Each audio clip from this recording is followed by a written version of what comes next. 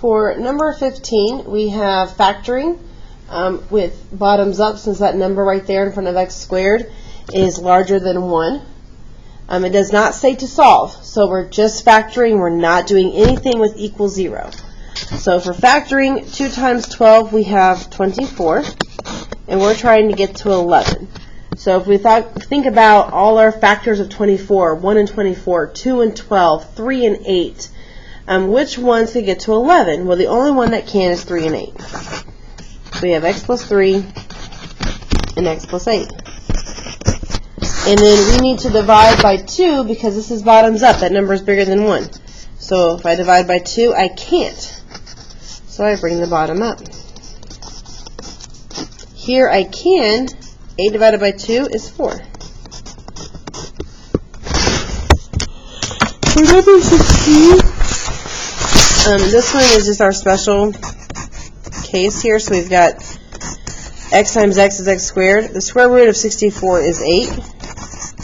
And we put plus or minus, because if we remember that term in the middle, 0, 0x is missing. So 8 minus 8 makes that 0 that's missing.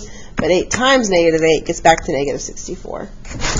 In number 17, the roots is where does it cross this x-axis? So the parabola crosses at these 2 points right here, which is 2 and 3. So we would say the roots of this parabola are 2 and 3. Okay.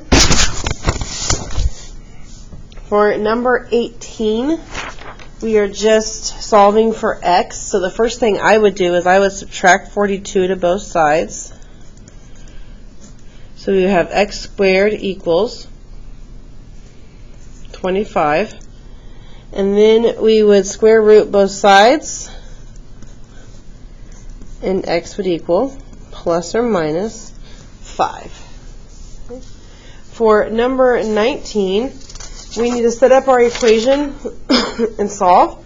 So for this one, what is the value of x if the area of the square is 81?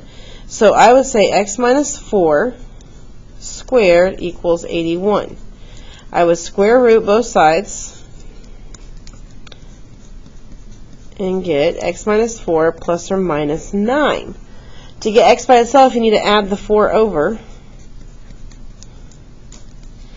And we have 4 plus or minus 9. So 4 plus 9 is 13. 4 minus 9 is negative 5.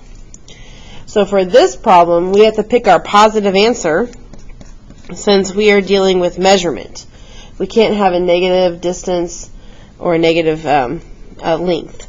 So 13 units, nope, just 13 would be my final answer here.